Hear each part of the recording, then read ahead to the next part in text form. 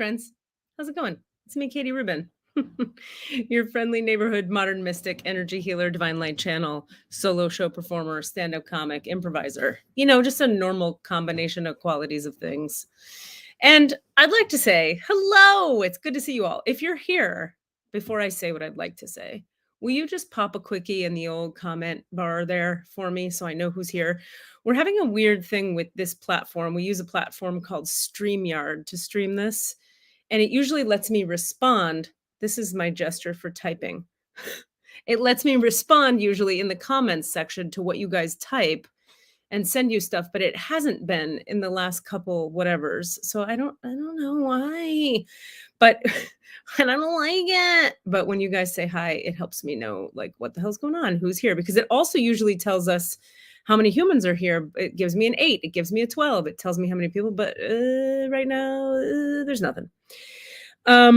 So thank you for saying hi. Oh, such lovely people that are here today. I love you guys. It's good to see you. Okay, I'm going to launch into this one. I'm opening my little email I sent to Leslie that has my Jamie Vega, Deirdre DeFallon, Jacqueline Holbrook, Tiffany, Michelle, Christina, and Ben. Has my little topic. Okay.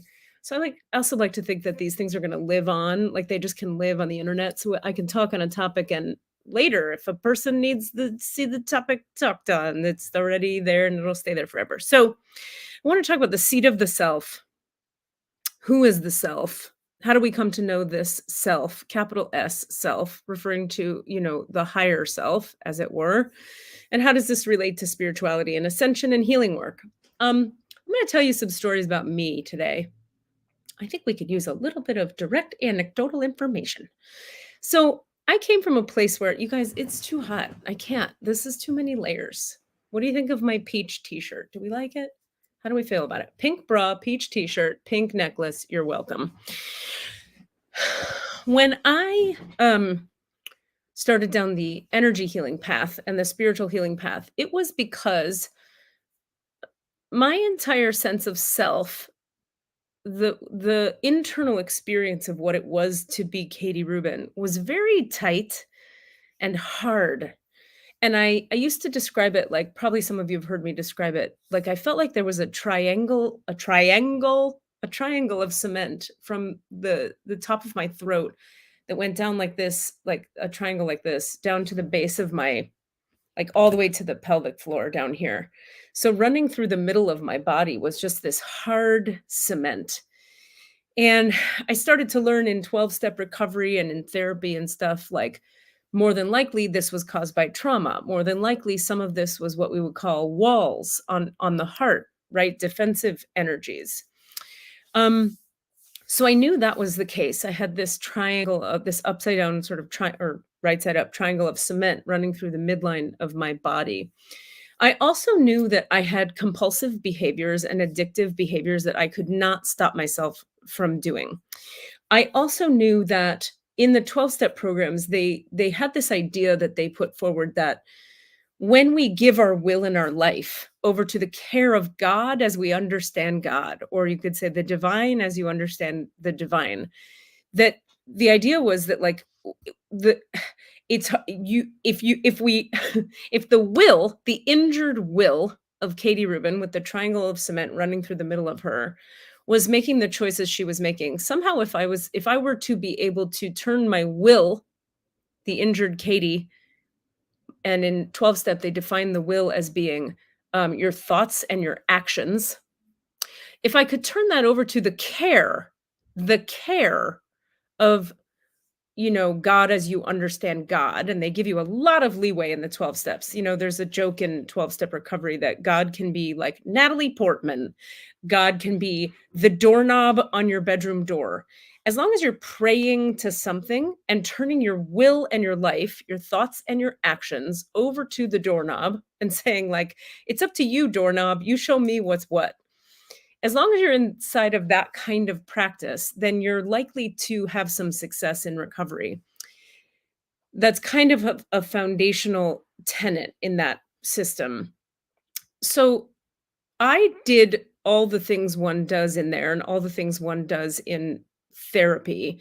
And the missing piece for me that I discovered was I didn't have a real relationship with spirit. I didn't have a way mechanically inside of my heart to turn my thoughts and my feelings and my actions over to some kind of doorknob or Portman or power greater than myself. Like I could do the mental gymnastics of saying to myself, "Don't be so willful, Katie," or like, "I'm gonna surrender now, so I'm letting it go." And I would sort of try to like say words in my head to make myself let things go.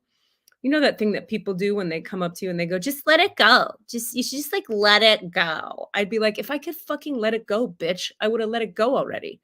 You telling me let it go does not make letting it go easier. And it used to drive me nuts. Another example of this is like in November in 12-step recovery, it's always gratitude month. I don't know why. Oh, because Thanksgiving, I guess. That makes sense. So they'd be like, all month we're celebrating gratitude. Practice gratitude, everybody. Gratitude month. And I'd be like, I literally don't know what that word means. I don't have a felt sense of what it means to feel grateful. Again, I was smart, so I could do mental gymnastics and say to myself, okay, let's make a list of what I'm grateful for. My car, the dog, the sun shining. But it was like a list in my head.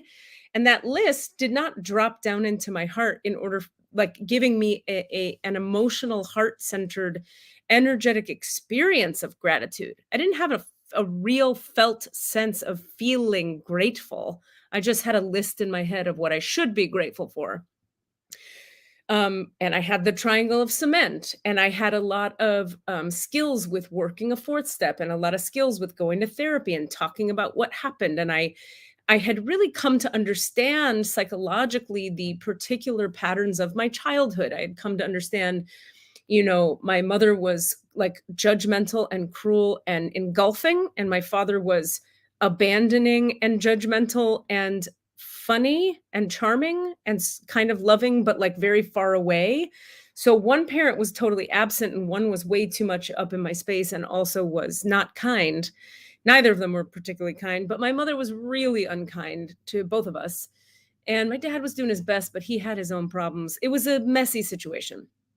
So I understood psychologically, like, oh, that's why I date these kinds of people. And that's why I have this eating disordered behavior that I had forever. And genetics must explain the alcoholism and all of that, right? Because it's in the family line and so on.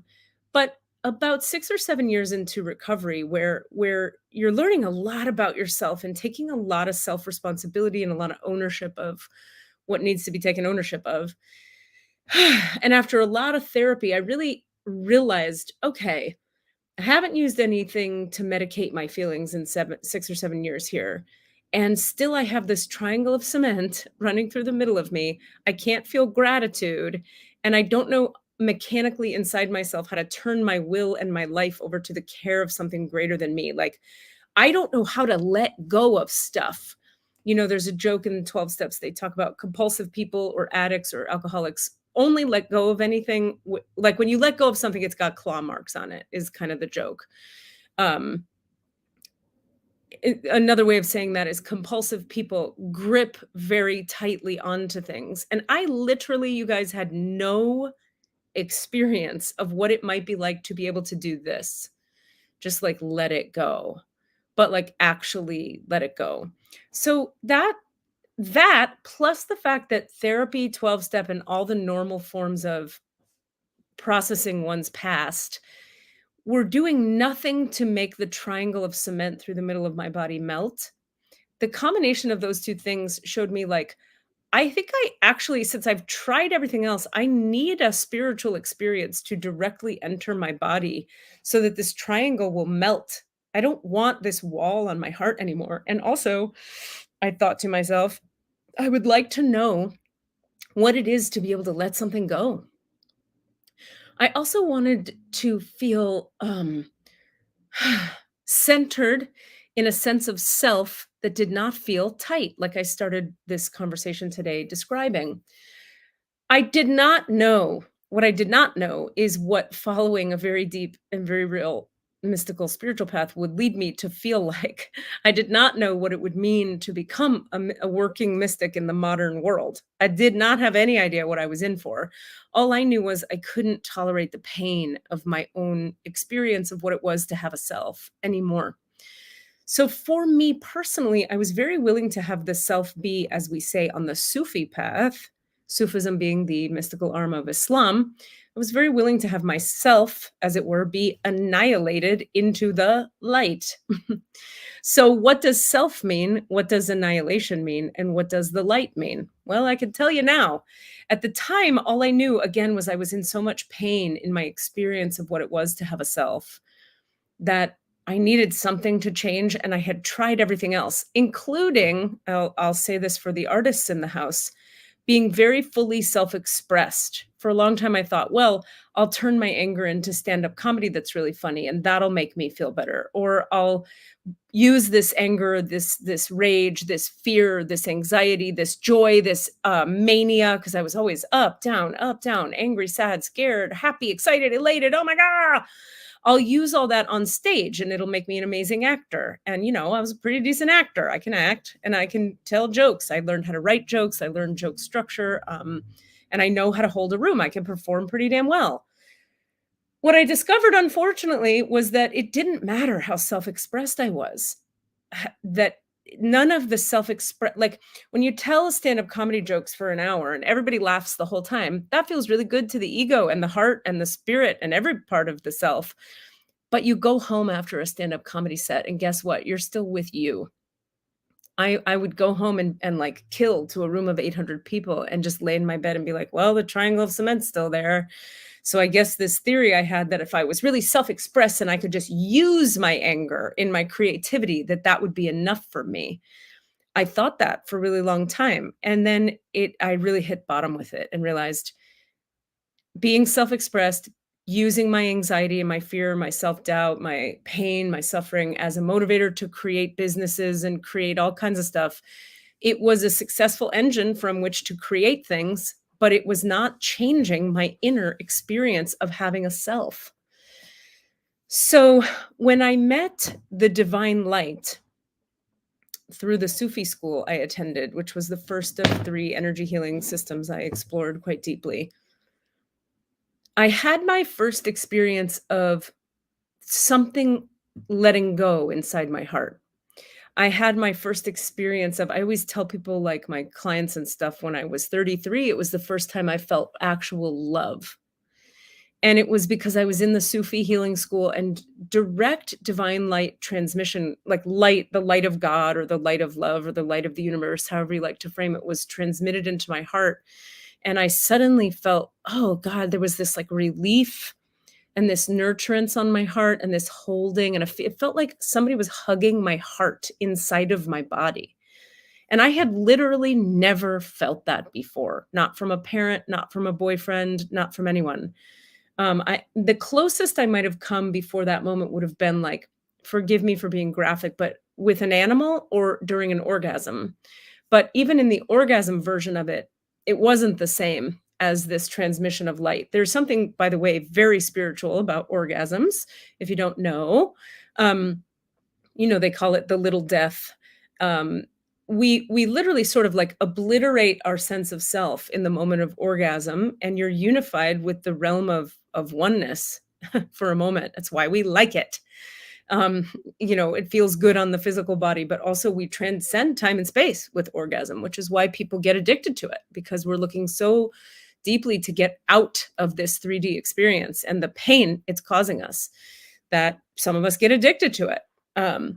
So my point being, at the time, it was this divine light transmission was the first time I felt like this nurturing love experience inside of my heart directly.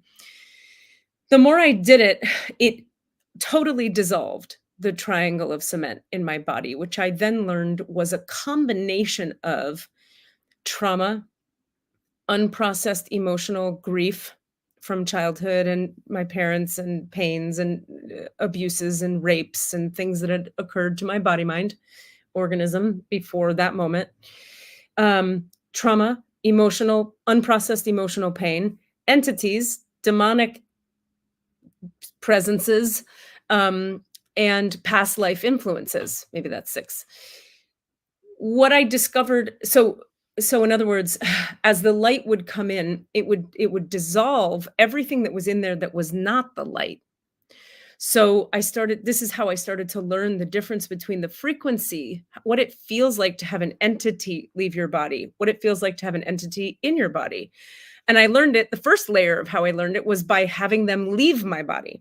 So my teachers at the healing school, this Sufi healing school, reminder that Sufism is the mystical arm of Islam.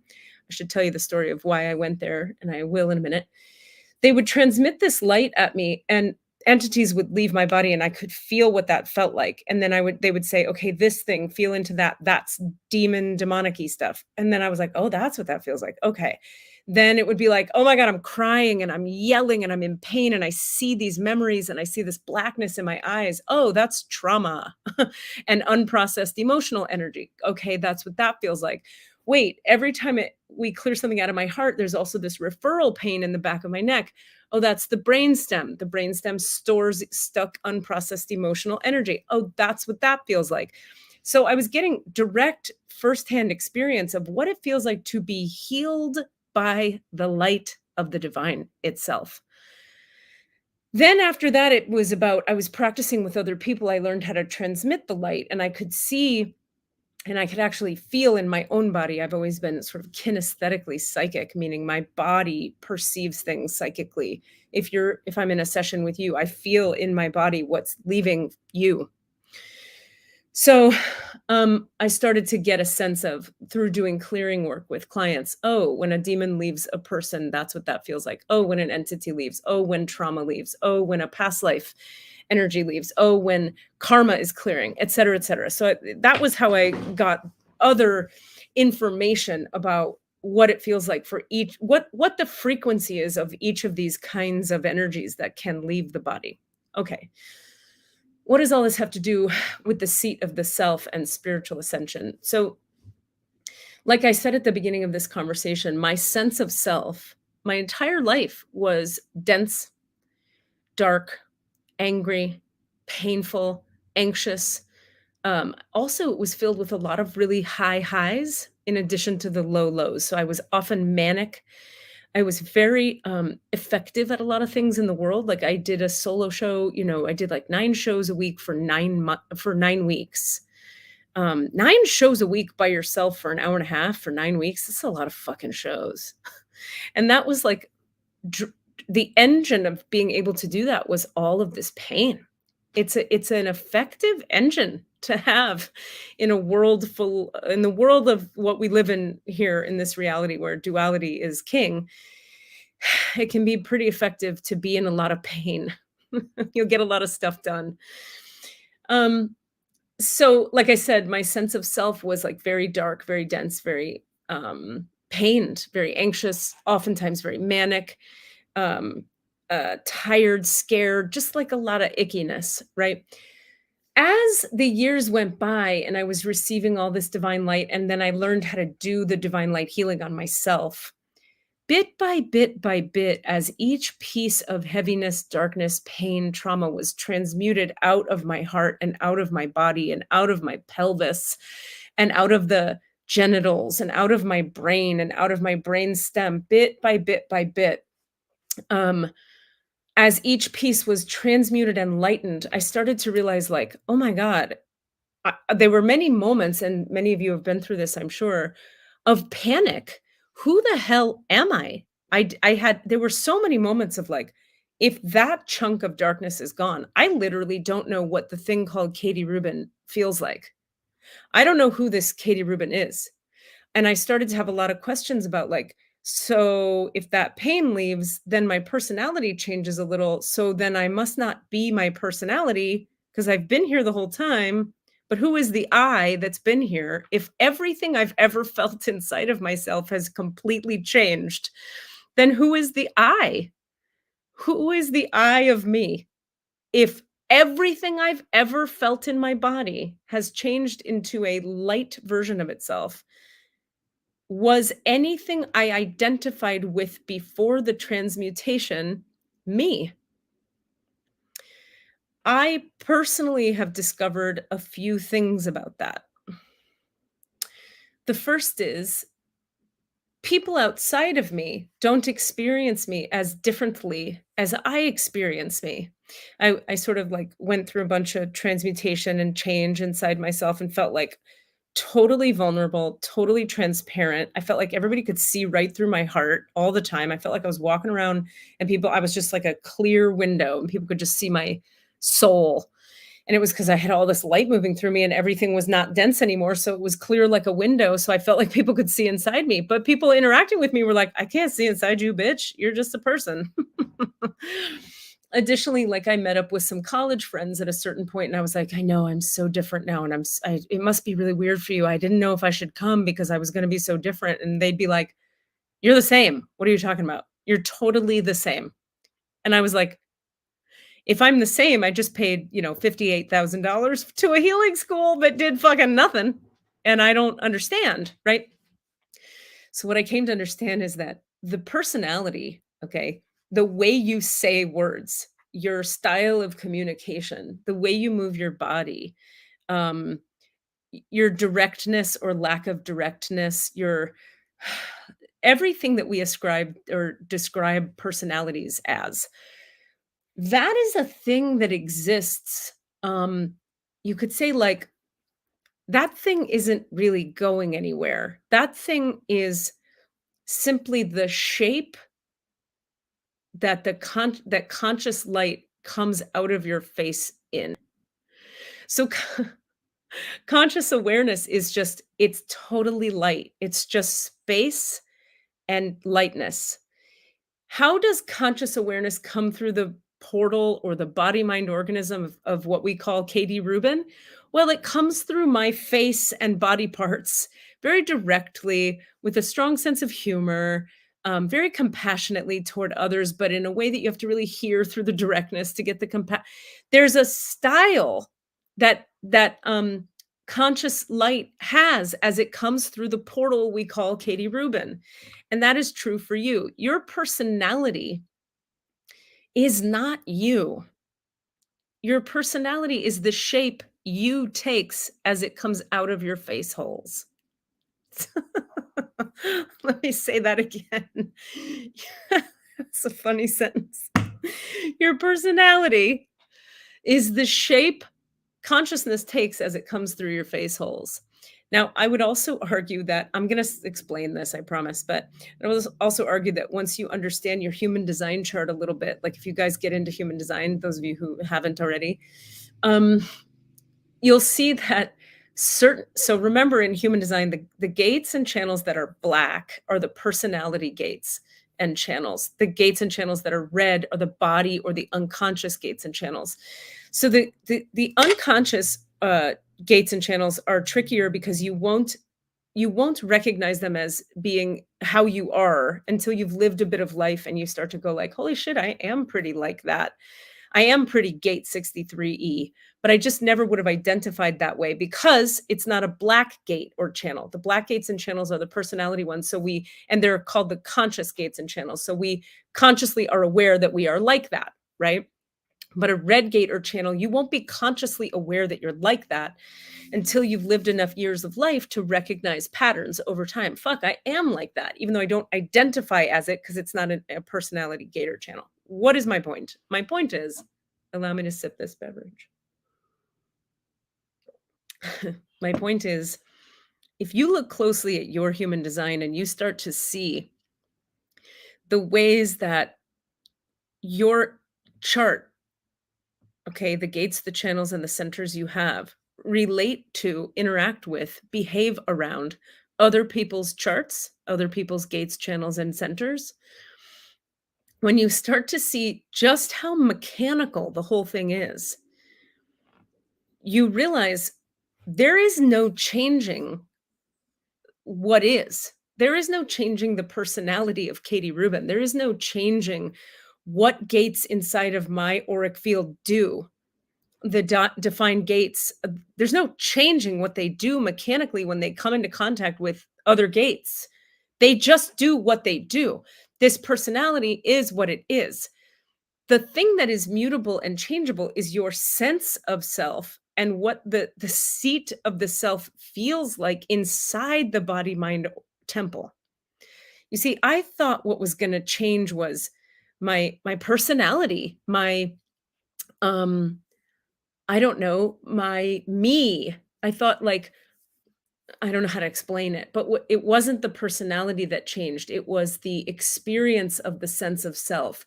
Also, the priorities changed and the principles I live by changed. My values changed. Um, yeah, values, priorities, principles, and my inner experience of what the self is completely radically changed. But if you talk to anybody from my college, they'll be like, "Ah, look at Katie Rubin being just like she was before." So, what can we take from this, and what is the point of this long-winded story? Um, the seat of the self. I like to talk about this a lot. The seat of the self is down in the belly. Okay, the dantian, the unahapili, according to the Hawaiians, dantian, according to the Tai Chi people, the center of gravity. If you drop into that for yourself and connect down in there and feel your heart center and like just feel into the midline of your body. Once you can anchor down in there, you start to have a sense of like, oh, I know how to connect in with me. I know where me is. It's down in here. Um, but the longer you stay on a spiritual path, and the more you allow the light to transmute the density that is inside of you in the form of trauma, past life stuff, karmic stuff, unprocessed emotional energy, um, dense egoic walls of defense, like defense mechanisms, those are real dense in the human organism.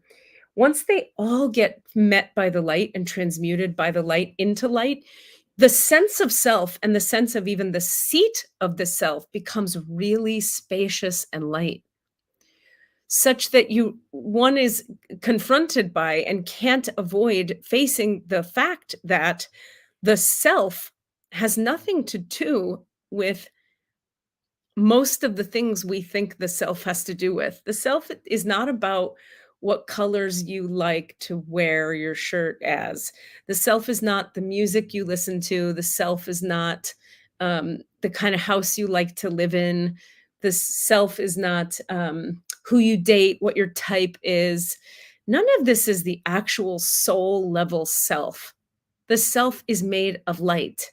The self is conscious awareness. The personality has preferences about what shirts it likes. The body has preferences about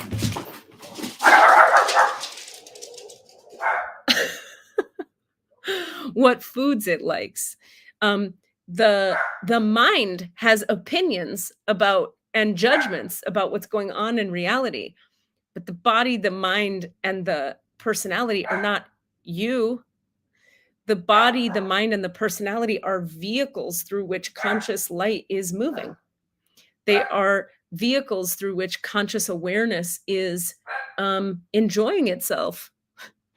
I often feel like, I don't know, like when I had last night, I had some pizza with my good buddy down the hall here, and we went up to the lounge upstairs, and I was just like, oh my God, this pizza. It was like a sexual experience, how good the pizza was, because my body loves the cheese and the bread and it loves it. And I just feel like I want to roll around in it like a pig in shit.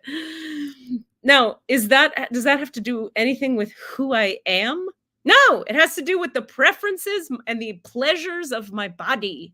My body loves pizza. My body loves a lot of different shit.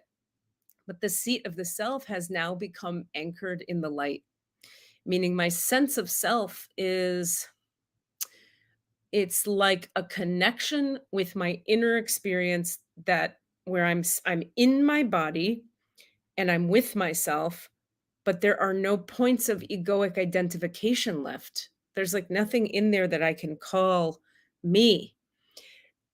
But what's useful about human design is while there's nothing I can really identify with inside, there's no density anymore to identify with, nor is there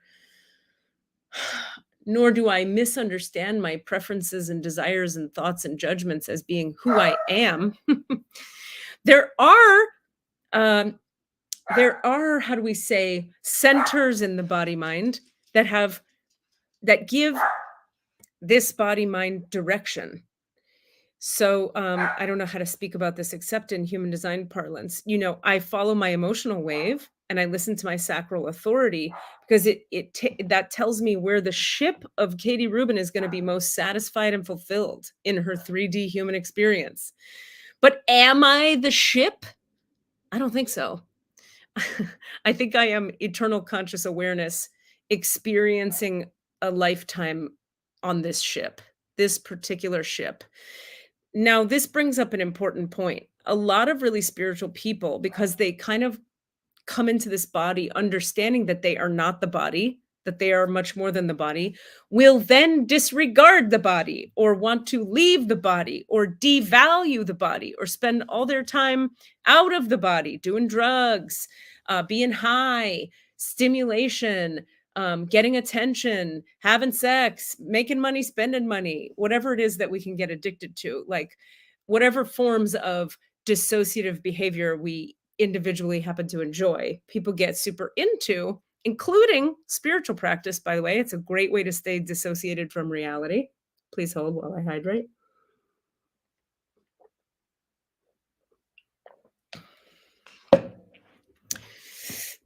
When you understand at a young age, or if you're a spiritual person, like we are so much more than the body, it's very tempting to say, like, well, fuck my body then, or fuck 3D reality, or money is bullshit, or I'm not going to focus on any of that stuff. Okay.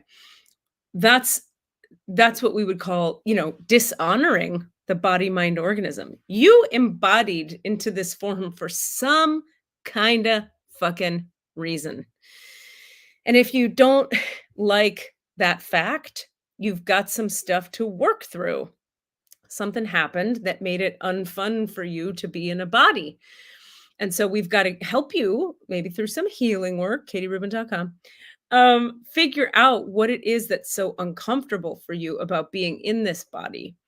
And it's usually trauma, past life stuff, karma, emotional pain that's unprocessed, grief work that needs to be done, or empowerment work. Maybe you're not living into what your body would actually enjoy doing and your soul would actually enjoy doing. If you're not living into what's fun for your body, soul, mind, organism, that's not going to be a very satisfying experience of life. So if we don't honor what the body needs, desires, wants, and requires, we can't have a satisfying life. If you won't honor what the emotional needs are, if you're an emotionally defined person, you can't have a satisfying life. Now, if you're a projector, for example, or if you're someone with a bunch of open centers in human design parlance, if you don't lean into those defined centers, the very few that you have, you're not going to have a very satisfying life. If you're a reflector, if you don't wait through that 30-day cycle of the moon or 28 days, whatever it is, you're going to be confused and all over the place and not have a very satisfying life. So the point is, there's a paradox at play constantly in every moment, and it's very weird. It's so very weird. I think human experience is just the weirdest thing around. It's so freaking weird. You have to honor and fully inhabit this body while also understanding that you are so much more than it. You are not it, but you have to honor it almost above all else. The soul cannot be experienced for the human being except through the body. The soul cannot be experienced for the human being except through the body, the heart, the feelings, the felt sense, the body. How do I know I'm in love with you? I feel the fluttering in my heart. How do I know that I love pizza? Oh, it feels so good going down my throat and it tastes good and I get the tingles down my arm. How do I know I love springtime? Oh, my eyes take in the light and my soul is lightened and I feel happiness in my heart. How do I know I'm afraid of, I don't know, I'm driving in my car and I don't want to run into that wall? It's because fear starts to come up my spine. This is all happening through the nervous system in the body. So you could think of it as like you are not the body, but your body is completely relevant in this life experience. So the last thing you might ask yourself along these lines is if it all comes through the body and my experience of the self and the soul happens through the body, why do I care to do spiritual work at all? Why do I care to do healing work? Why do I care to transmute the densities and the dense energies in my heart? Why do I care to do my grief work? Why is it fucking relevant? What does spirit have to do with any of this shit? Can't I just lean into my fucking body and let my body lead? You totally can. You sure can. And I encourage you to do it if you wanna. But if you kind of have to find out, some of us just have to know, what does the soul desire? What is the soul here for this lifetime? Who am I really? I 9 times out of 10 people find after really identifying with their body for a long time, it's not entirely satisfying. It doesn't scratch the existential itch of needing to understand who we each really are. If you want to know who you really are, you're going to need to die and die and die again to the light.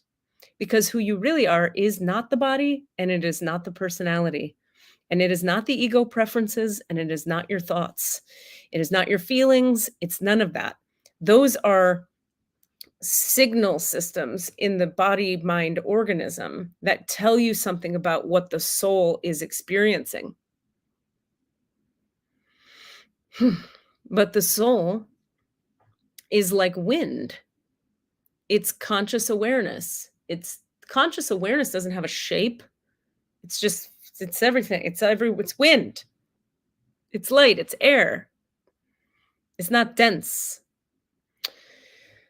So some of us are just thirsty for a deeper grokking, if you will, of what it is to be a something, what it is to be a soul. Who am I? We have to know beyond my trauma and my pain and my preferences and my likes and my dislikes and who I date and who I don't date, what kind of car I fucking drive, what kind of shows I want to be in. Who am I behind or underneath all of that? And if you need to know, because by the way, not everybody fucking needs to know. I meet plenty of people in this life who are like, why are you even asking that question? Well, because it's part of my track.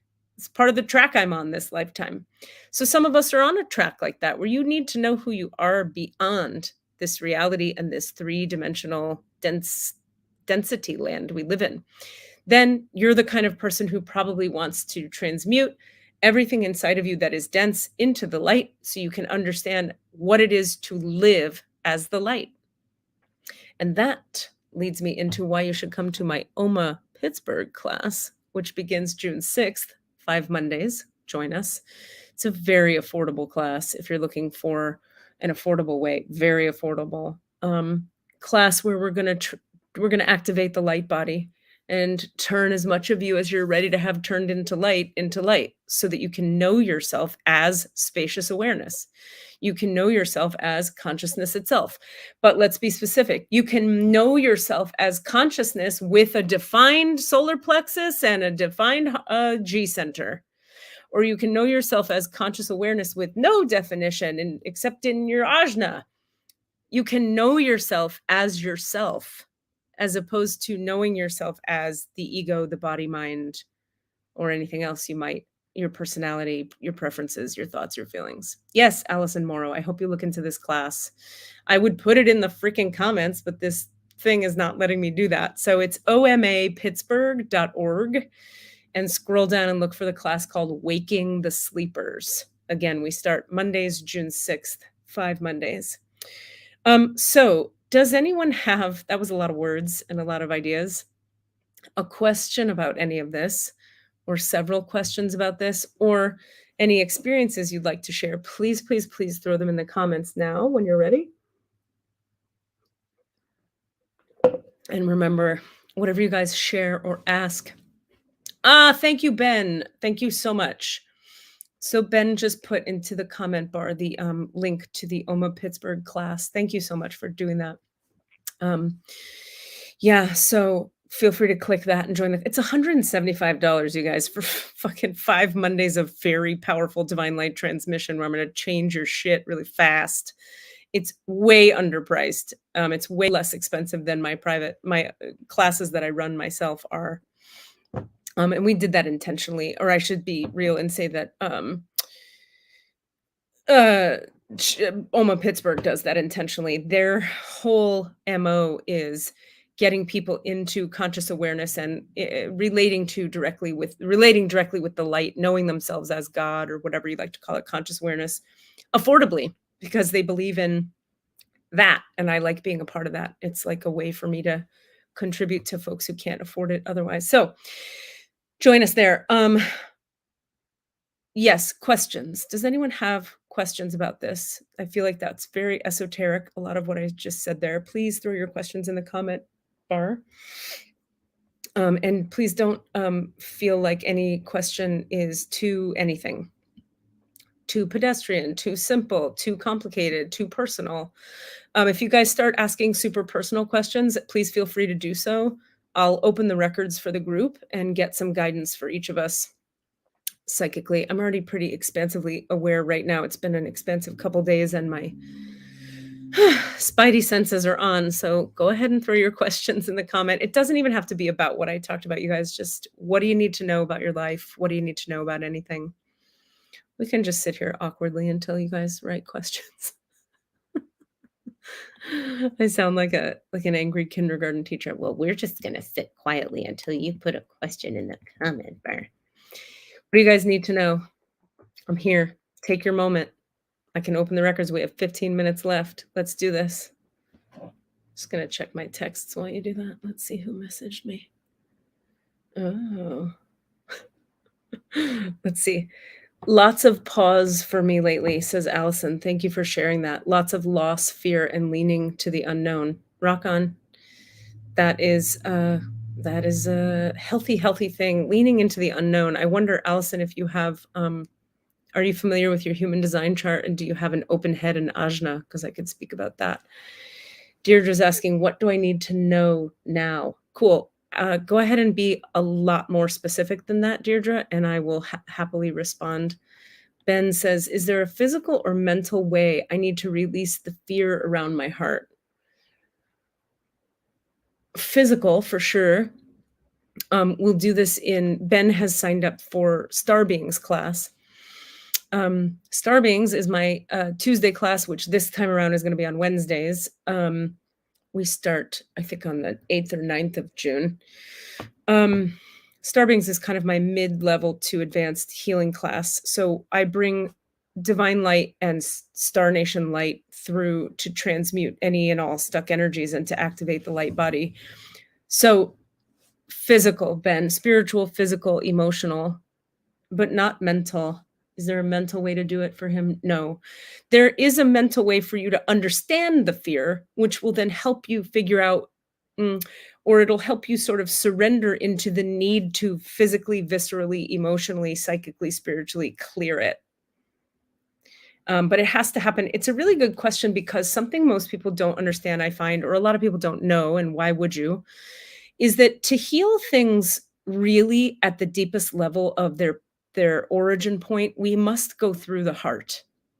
So it's cool that you're talking about the fear around your heart, because the heart is the portal to the light. It's the portal to conscious love. It's the portal to God. It's the chakra that connects us to spirit. So we have to transmute everything that's in the heart in order to be free of any trauma. There is always a heart component. So what I mean by that is someone will come in and they'll be like, my knee has hurt for 6 months. What's wrong with my knee? And so I'll say, okay, feel into your knee. And then when they start feeling into their knee, I start feeling what's going on in their knee. And then spirit shows me like it's starting to bring light to the knee. And then every single time that it brings light to the knee, eventually it takes us up into the person's heart, because there's always a heart component. So all healing, when we're doing it with involving spirit in any way, goes through and has a heart moment. It has a connection to the heart. So we all have to go through the heart all the time with everything we're healing. So when you have a thing that starts at the heart, that makes it easier. So if you've got fear around the heart, you'll feel into that. I'll bring light to it. It'll transmute, it'll clear, it'll release. You'll probably have emotional release, some crying, some laughing. I have a client who burps through every session. She burps her pain out of her body. We never know how the release is going to occur. We can't judge it, but there's always some kind of physical, visceral release. Let me know if that answers that question, Ben. Cool. Deirdre says, thank you for that question too. And let me know if there's any follow-ups to it. I feel lost, like not knowing which way to proceed. Okay, cool. On what topic?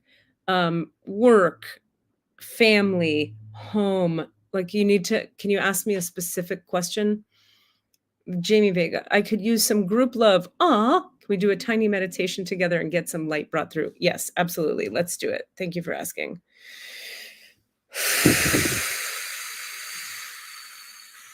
Didn't we just have a session on this, Deirdre? Didn't we just have a session on this? What did you take from that? Allison says, yes, and lately it seems to be easy to just block it rather than to release. Block what? It seems easy to block what, Allison? Let me know. Jacqueline says, I tend to get headaches often, especially when I'm outside the house and around multiple people. Is there something physically I need to do health-wise, or is there a spiritual reasoning behind them? Yes, I get that it's spiritual, Jacqueline. So let's go in the records. Heart stuff, says Allison. Oh, it's easier for you to block heart stuff than release it. Yeah, that's when you can't release heart stuff on your own, that's when you need the light. That's 9 times out of 10 when you need the light. Yeah, Deirdre, that's right. But it's not just be more materialistic, it's be of the world. I want you to do your homework, Deirdre. You got to read about that channel we talked about and lean into that. That's where you're going to find your direction. Leaning into the energy of that channel and what the principles are of that channel. I gave you that homework. You have to do your homework. That's how you know yourself. Like choosing not to go within, says Allison. So yes, needing the light. Yeah, sometimes you can't go within. Okay, let's go into the records and do some energy work.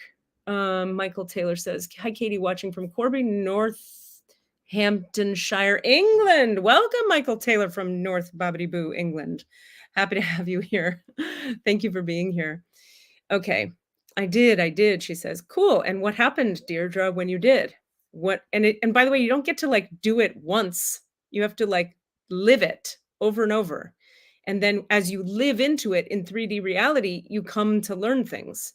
You can't like do a thing and then just have all the answers. You have to live into it. I hope that makes sense. Okay, let's close our eyes. We'll take a few deep breaths into the low belly. Breathing into the low belly. Feel your feet flat on the ground if you can. See your little spinning foot chakras. Hey, Mercedes, good to see you. Thank you so much. You're rad. Okay, feel into the little spinning foot chakras at the bottom center of your feet that you're creating just through your imagination right now. Little tornadoes of light spinning at the bottom center of each foot, spinning open and spinning wide. See those little vortexes of light getting wider and wider, like little tornadoes at the bottom of each of your feet that grow left and right, forward and back, until those tornadoes of light expand so wide and so big that there's nothing left at the bottom of each of your feet except an open plane of light or an open window. Really see this happening in your mind's eye with your eyes closed and your body relaxed into your chair. It's a great way to get grounded and get back into your body. Open those foot chakras. I mean, see now, everyone, 500 tree roots of light extending through the open window of each foot and anchoring hundreds of miles into the earth. See 1,000 tree roots of light anchoring through the open windows of your feet in total. 500 through the left and 500 through the right.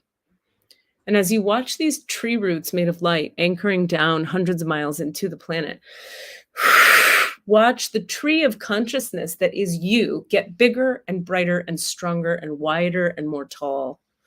So you become a big conscious tree with a strong, wide trunk and big, huge branches and leaves, dense, thick branches and leaves above your head as your roots grow deeper into the earth.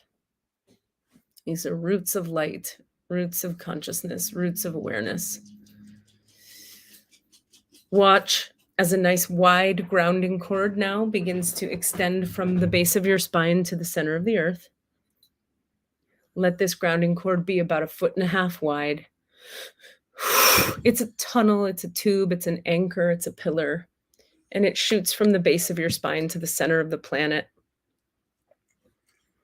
And as this anchor hits the center of the earth, passing through all the roots we just established through the feet, we immediately begin to receive a river of light just by imagining it to be so. Flowing up through that grounding cord given by the earth herself. The earth is a conscious entity, conscious being, who's always down to give us divine light. Watch a river of light flow up through your grounding cord from the center of the earth. Watch this river of light flood into your first chakra. Watch it pour down through your hips, quads, glutes, hamstrings, knees, calves, shins, ankles, and feet. Watch that river of light flood down into the roots we established moments ago. Watch this river of light trickle down, pour down, fill into each one of your roots, shooting out through the bottoms of each foot. It's so funny. As we're dropping in, they're going, "Did Christina get your voice message?" Christina McBurney Maz, did you get my voice memo? Okay, so there's that question. See this river of light flooding into the root, flooding down your legs, and filling each of the roots we established through the feet. And so we do acknowledge the forces of light. Breathe into your low belly, please. Asking for guidance, direction, and courage to know the truth as it is revealed for our highest good and the highest good of everyone connected to us. Holy Spirit of God, protect me, please, from all forms of self-centeredness and direct my attention to the work at hand. Help me to know everybody here today on this Facebook Live and in this group, in the light of the Akashic Records. Help me to see everybody here today on this live and in this group through the eyes of the Lords of the Records, and enable me to share the wisdom and compassion that the masters, teachers, and loved ones of everyone in this group have for everyone in this group.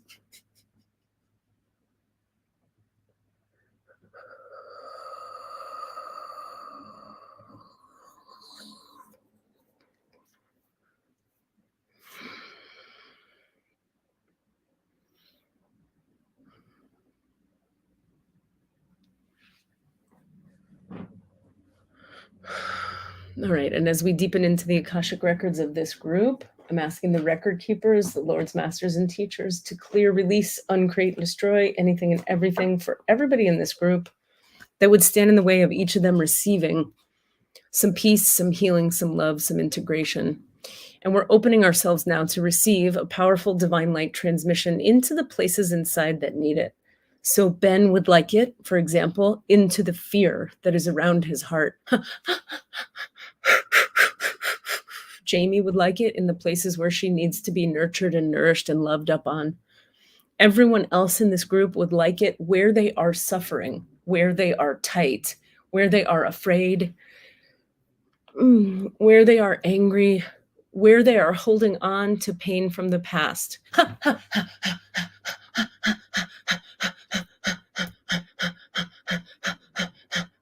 So for everyone on the call right now, everybody listening to this, please feel into where it is dense in your body. Where can you not let go? Where are you resisting to dropping into your heart, as was shared? Maybe I think that was Allison. Feel into that resistance. Feel into where you need spirit badly, but don't want to deal.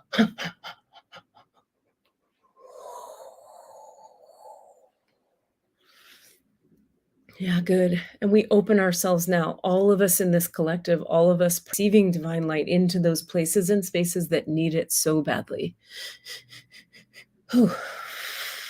We open ourselves into the center of even the places that don't want to admit they need it badly, that don't want to ask for help, that say, fuck off light, fuck off God, fuck off help, fuck off woo-woo shit, fuck off feelings. We take ourselves now to the center of these places of resistance and we sit there open to receiving miraculous divine light transmission there.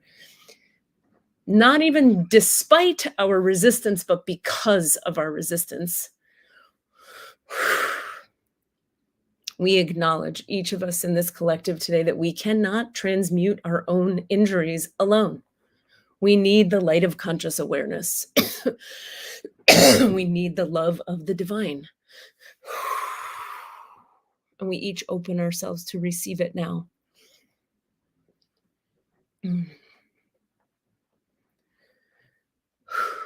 Be gentle and be kind with your resistance.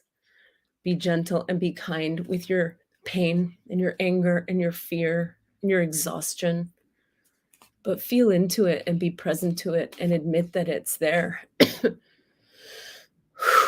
And let this light meet you there.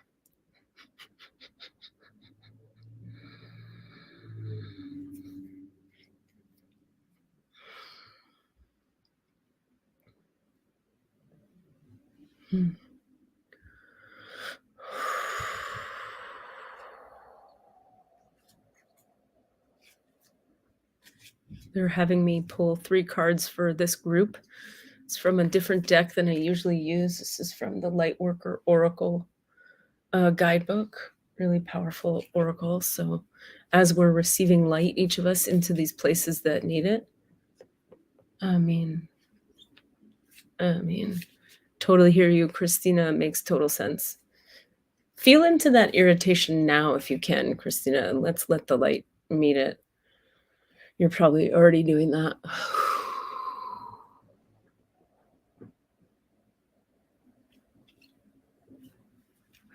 Irritation, anger, and confusion about the message or about the person that we're talking about? Let me know. Either way, feel into it. Good, that's good. Whew. Understand something, everyone, about how spiritual healing works to heal your emotional body and your physical ailments. You must be present to the thing you want to change in order for the light to hit it. So you've got to feel into your body, into the places that are holding the stuff you want changed. All right. If anyone has a situation, got it, Christina, it makes total sense. If anyone has a question, go ahead and add it now, because I'm in the records and I can ask. Oh, let's see. Jacqueline said, headaches, especially when she's outside. Something spiritual that needs to happen. Yes.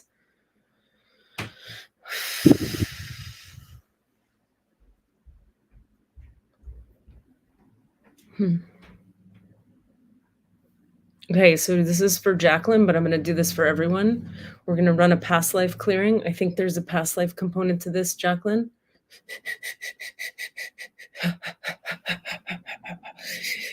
Oof. I mean, whew. And so we're opening ourselves, all of us now. We're calling up all stuck past life energies, creating suffering for each of us, specifically Jacqueline, but everyone else as well.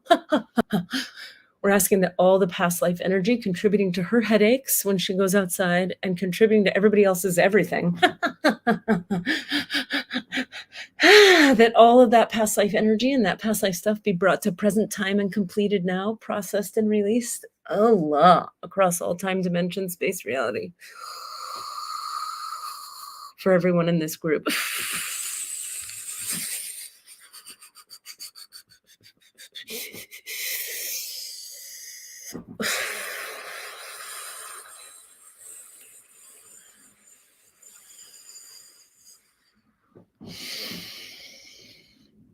All the past life energy contributing to Jacqueline having a headache or having headaches regularly in this life. When she goes outside, we ask that it be brought to present time, completed, cleared, Allah, released, processed.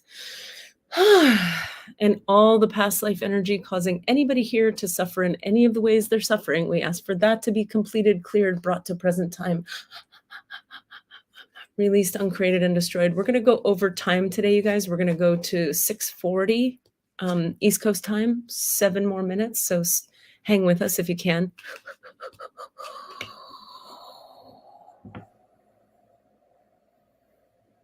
Still running this past life clearing for everyone. Oh, awesome. Okay, Ben says, what does the Christ ray have for me? Okay, watch out, everybody. We're going to do a Christ light transmission. So here we go. Open your heart, soften your midline.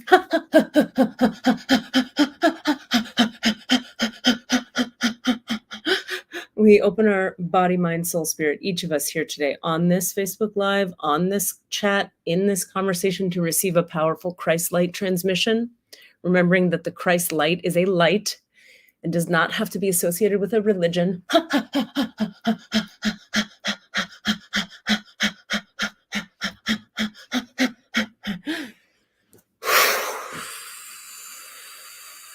Breathe into your low belly, Ben, if you can. And the center of your head. Low belly and center of head. And feel all the way up through your spinal column. Allow this light through there.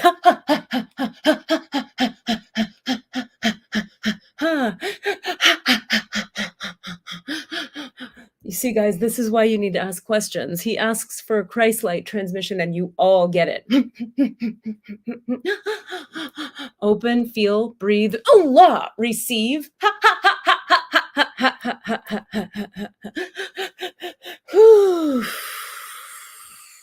La ilaha illallah.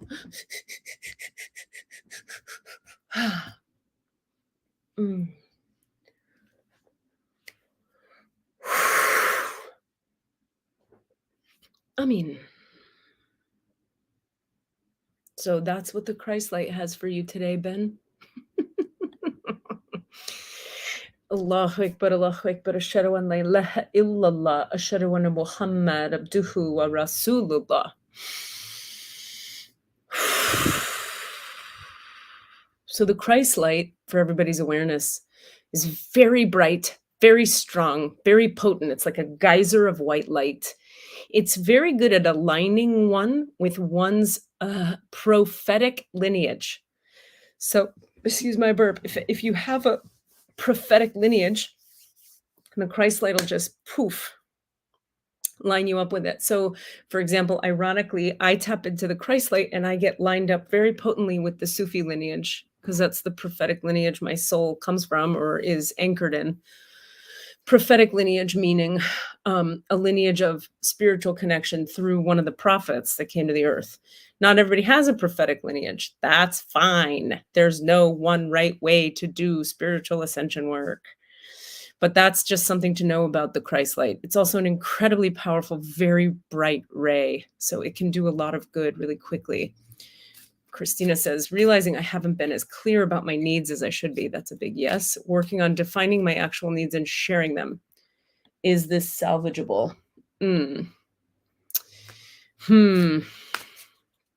I get a no, but feel free to use that no as motivation to do everything you can to prove me wrong, because oftentimes that's how we get clarity for ourselves.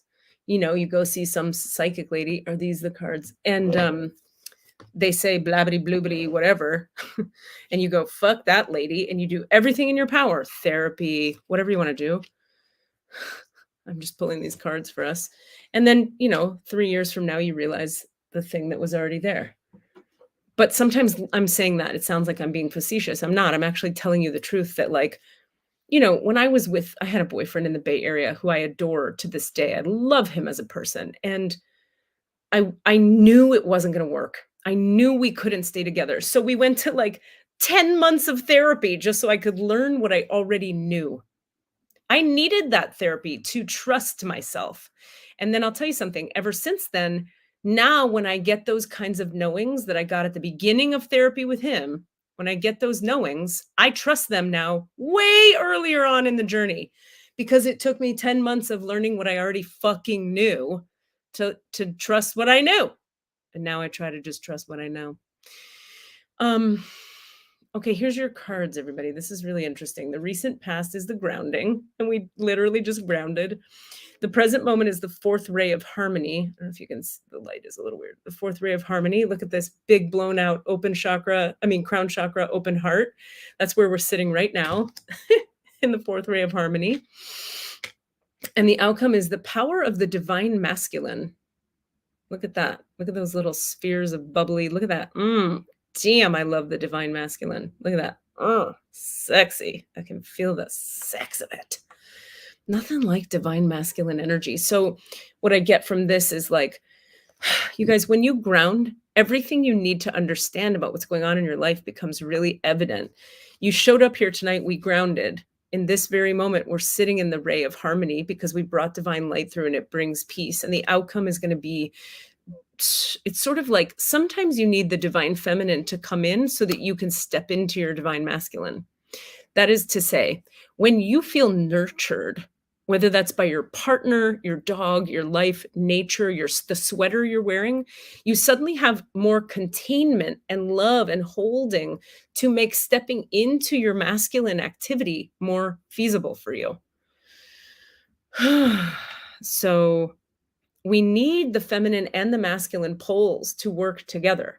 And this is not about gender, you guys. This is about energy. This is about polarities. So the truth being, like, in terms of non-binary folks, I think they're quite advanced because they have spun the polarities of masculine and feminine so powerfully in maybe past lives or whatever it might be, that they showed up in this incarnation unified in a field of non-duality called non-binaryism. So they don't need to identify gender-wise one way or the other. Some of us, I'm like all kinds of divine feminine. So I need like a man around me who's like full of divine masculine. So together we create this neutral pole. But that's not what everybody needs. That's not everybody's trip. Everybody's on a different trip. So anyway, this, for whatever reason, notice how you step into the power of the divine masculine after tonight. Yes, your head might feel buzzy, Jamie, because we're clearing stuff out of it. That makes sense. All right. In order to keep us on time, thank you guys so much for being here. This has been quite very, very beautiful. And thank you, Jamie, for the request to do the energy healing. That was really, I needed it too, and I didn't realize I needed it. So thank you. We're going to close the records for now. And thank you, Ben, for requesting the Christ light. That was powerful. Remember, OMA Pittsburgh. Join us for Waking the Sleepers. It's the most affordable way I have coming up for you to get 5 weeks of profound energy healing, 2 hours every Monday.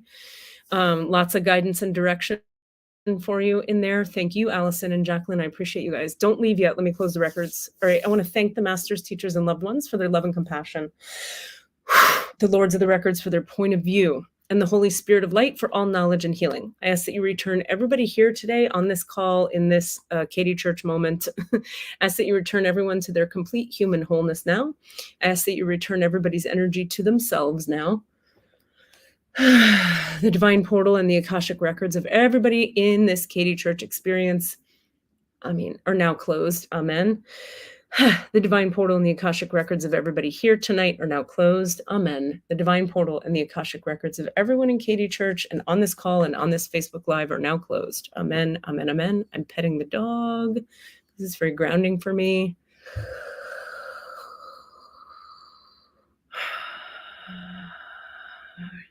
Okay. I love these cards too, Jamie. If anybody's curious, this deck, the Lightworker Oracle Guidebook deck, is so powerful. I don't use it very often because it brings so much light through that, like, you got to be ready for that one. And as soon as we started talking tonight, I was like, oh, we're going to pull cards from that deck. All right. It's a serious group tonight. Thank you all for being here. I love you guys. Be in touch. Come to OMA Pittsburgh. Join us for that Monday night class, or join us for Star Beings, which is on Wednesdays, starting in the second week of June, I think, or maybe it's the first week. And Sunday healing class is also starting, not this Sunday, but the following Sunday. And just, hit me up about any of that. klrubin@gmail.com. K as in kiss, L as in love, RUBIN@gmail.com. I love you guys. Have a good night. Take care. Bye-bye.